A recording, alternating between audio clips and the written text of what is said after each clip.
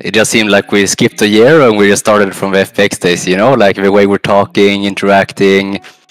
From my first scrim we played with him when I came back, I instantly it just clicked in my head. This is what we've been missing for so long, right? Because he kind of fits that communication structure that we need in this team to function.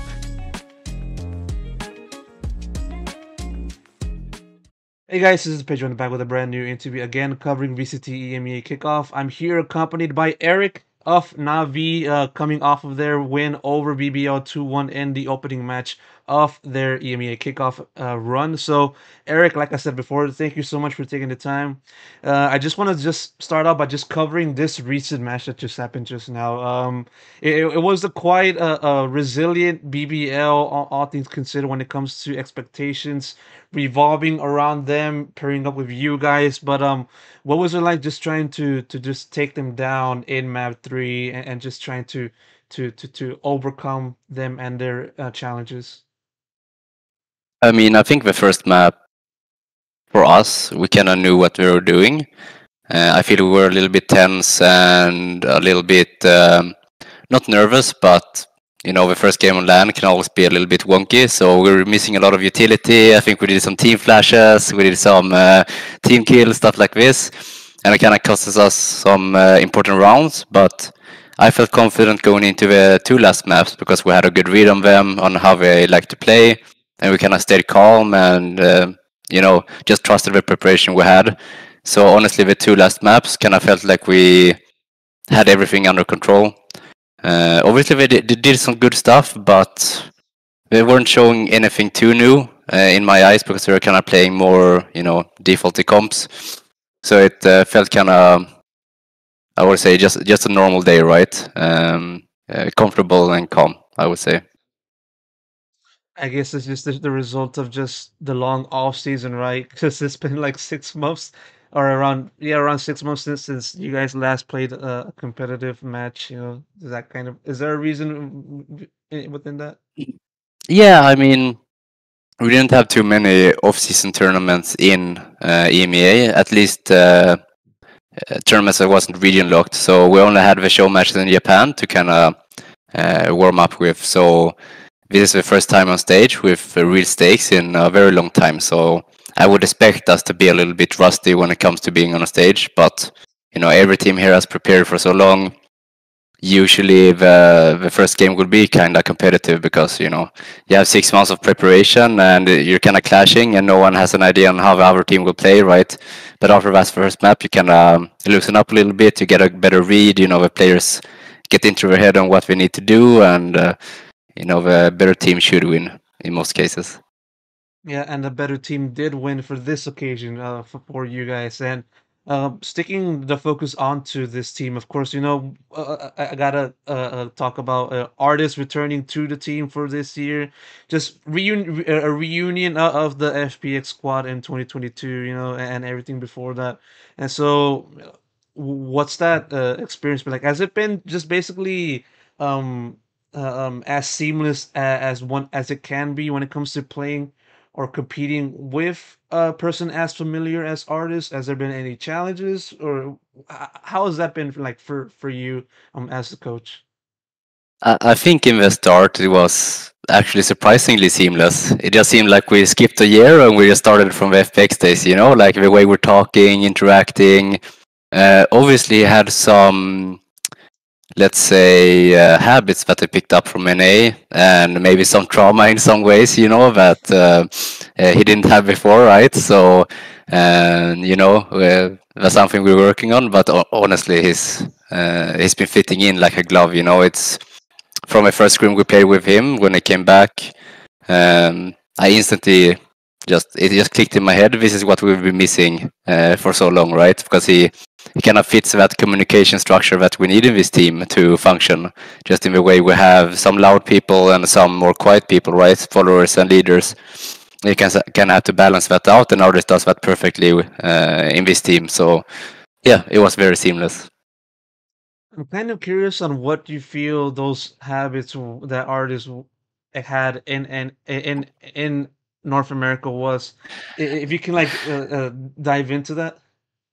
I mean, I can't say too much because I don't want to out him, but I mean, we have a different playstyle over in NA, a little different philosophy. I think artists shares our philosophy more, but obviously got influenced when I was back there. So yeah, the other things I don't really want to say, but let's just say he's happy to be back here. You know, he's finally calm. He's laughing again. You know, he's being himself. You know, and that's the most important. You know, that now he can be himself. You know, Did it surprise you that this transition was as easy as you saw?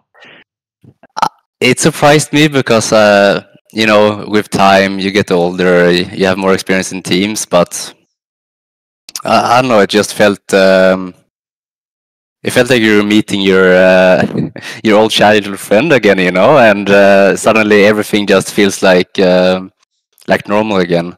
Obviously, I won't say that you know we're gonna be at the form of the old FPX because obviously the level of every team has gone up, right? So it's also to us to keep on working and keep on improving, right? But in terms of just the day-to-day life, we have to live together here in Berlin for a long time. You know, it's important that everyone is comfortable with each other and you know each other on a deep level, right?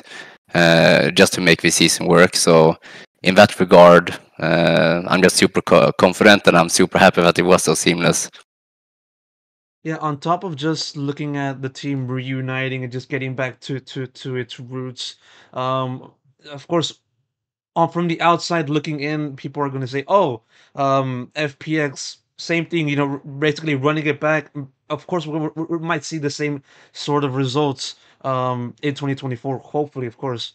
When you look at that kind of expectations, how do you react to it? Does do you feel it's valid those expectations because you know it's the same team or not as much given the fact that it's a new year, different game, different state of players, different state of yourself as well, one might say. I understand that there's expectations on us, right, from previous tournaments, but that was a long time ago. The meta was very different. The level of Valorant was very different. So, from my side, the expectation is at zero, and just everything above is a bonus.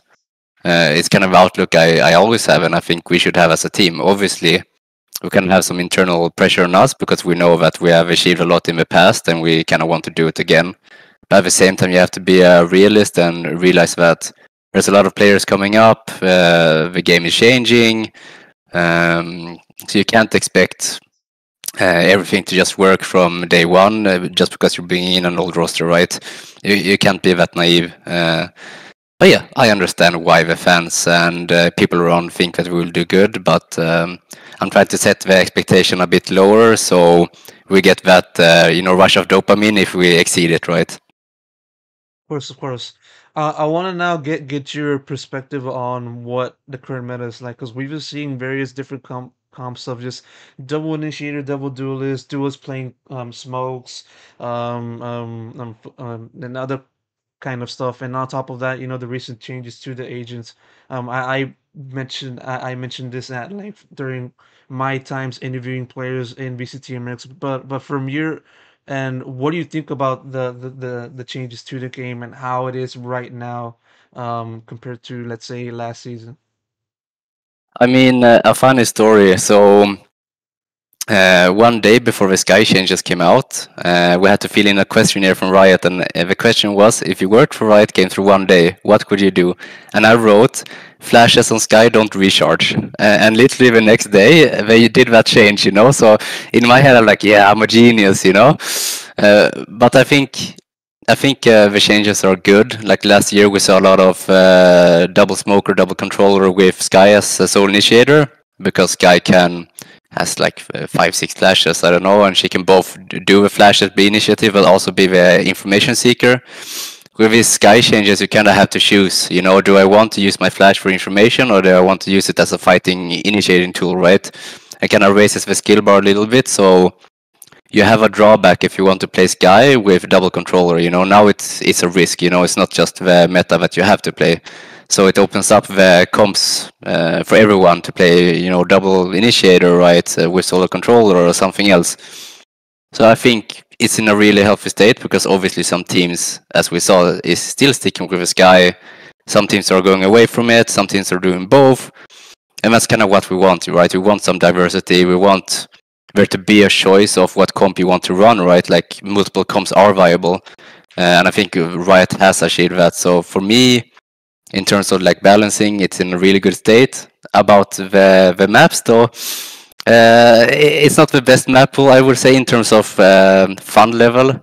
Obviously, you should be able to play any map, but yeah, I just wish they kept in Fracture and Pearl a little bit, right, and waited a bit with Icebox and Breeze, and maybe did some more changes, because it's a bit of a frustration when you have old maps coming back with the same meta, right? We saw today BBL playing with a default comp that's always been played on Breeze, right?